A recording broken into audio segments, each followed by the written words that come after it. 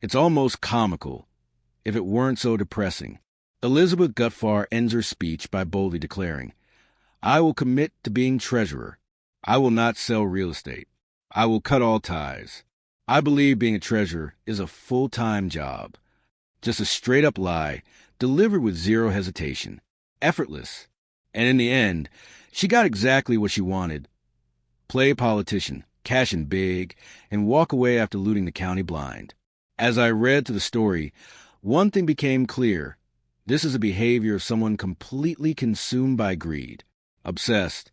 She probably got a rush every time she moved that money, like it gave her some twisted high.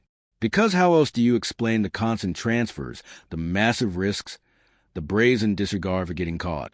And now, facing 10 years in prison. Honestly, that feels light. Way too light. Think about it. She already lived the high life. She partied with taxpayer money. She funded her lifestyle off public trust. She can't undo the damage now, and the cash is long gone. So why should she walk away with a slap on the wrist? Age doesn't erase accountability. If anything, her sentence should have been harsher, because what she took wasn't just money. It was faith in the system. Elizabeth Gutfar, the now former Santa Cruz County Treasurer, stands accused of embezzling over $39 million in taxpayer funds. To put that in perspective, the county only collects about $41 million annually in property taxes. That's money meant for 6 school districts, a community college, and other vital services. And for 10 years straight, she siphoned away, lying on reports, fooling her own staff, and duping state auditors. The biggest red flag came in her final year. Chase Bank's anti-money laundering team spotted $4.5 million in suspicious wires from county accounts into businesses registered under her name. That triggered her resignation and opened the door for the FBI, state investigators, and county officials to move in. What they uncovered was jaw-dropping. A decade-long scheme built on deception and total abuse of power. And here's the kicker. Her lawyer refuses to cooperate. No answers, no accountability. While she hasn't been criminally charged yet, Santa Cruz County is suing hard to recover what's left. A judge froze her assets to block her from hiding or selling them off. Investigators say she secured total control by convincing her deputy to hand over all access codes. With that, she kept 6 employees in the dark. The audit even breaks down the gifts she handed out to keep people quiet or loyal.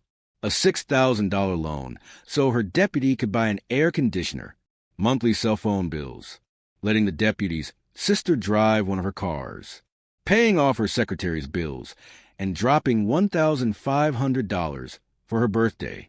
A clerk's daughter got a wedding at Gutfar's ranch, a generous gift for the clerk's son, even a weekend getaway to San Marcos, Mexico. All of it hush money. But the real shame? The Santa Cruz County Board.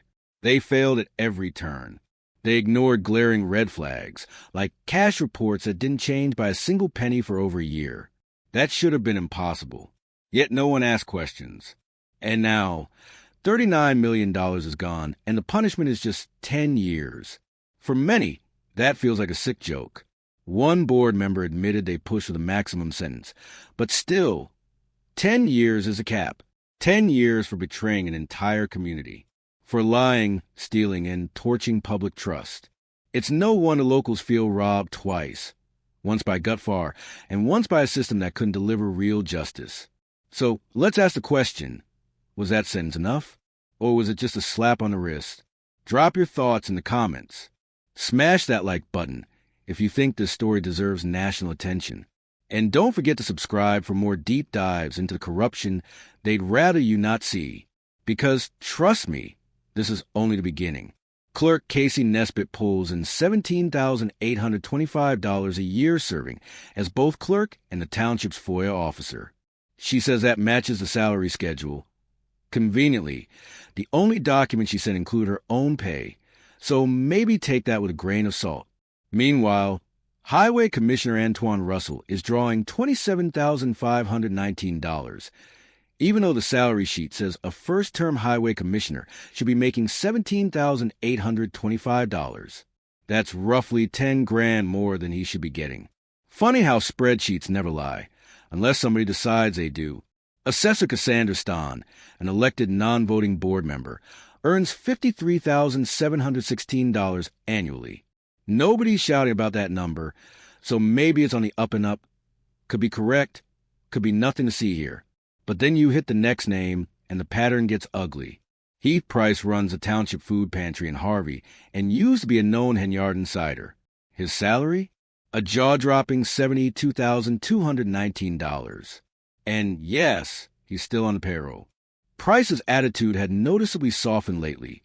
Less fire, more smiles. Maybe cushy paychecks do that to people. He didn't lose weight, but Heavy's younger brother might have found comfort in a steady, fat check. Meanwhile, Tiffany's gone and the red flags keep popping off like fireworks. Makes you wonder, was some of what she shouted actually true, or did everyone just play their part? It's easy to dump everything on Tiffany, and no one's giving her a pass for the chaos she caused. But make no mistake, she wasn't the only one playing fast and loose with public money. The way the cash flowed and where it landed merits a full look. How the money resides, who gets paid, who's overrated on salary sheets. This is the stuff we should be screaming about at public hearings. Speaking of hearings, mark your calendars. A public hearing on the Thornton Township budgets. The General Fund, General Assistance, and Road and Bridge Fund is set for Tuesday, July 22nd at 5 p.m., followed by the regular Township Board meeting. Sounds like the perfect time to show up, bring receipts, and watch how the sausage gets made. If you care about accountability, that's where you need to be. Let's not forget the Napoleon Harris push. Remember that massive gym rally? The same drama where Tiffany claimed they locked her out? We all rolled our eyes, but they got their man. Napoleon's now sitting comfortably with a township salary north of $200,000 on top of the $89,000 he already rakes in. That's a financial setup most folks can only dream about. Look, I'll keep watching how this plays out, and you should too. If you made it this far, hit that like button and subscribe for updates. And for those pushing false narratives, especially if you're black folks tearing down a black woman in power, y'all should be ashamed. This isn't about race baiting. It's about facts, accountability, and who's cashing checks. Real talk. Some of y'all are headed for trouble if you keep covering for messy leaders. Unask that seat. And for whoever tried to thank Tiffany Henyard, come here, say that nonsense again. Shut your stupid ass up.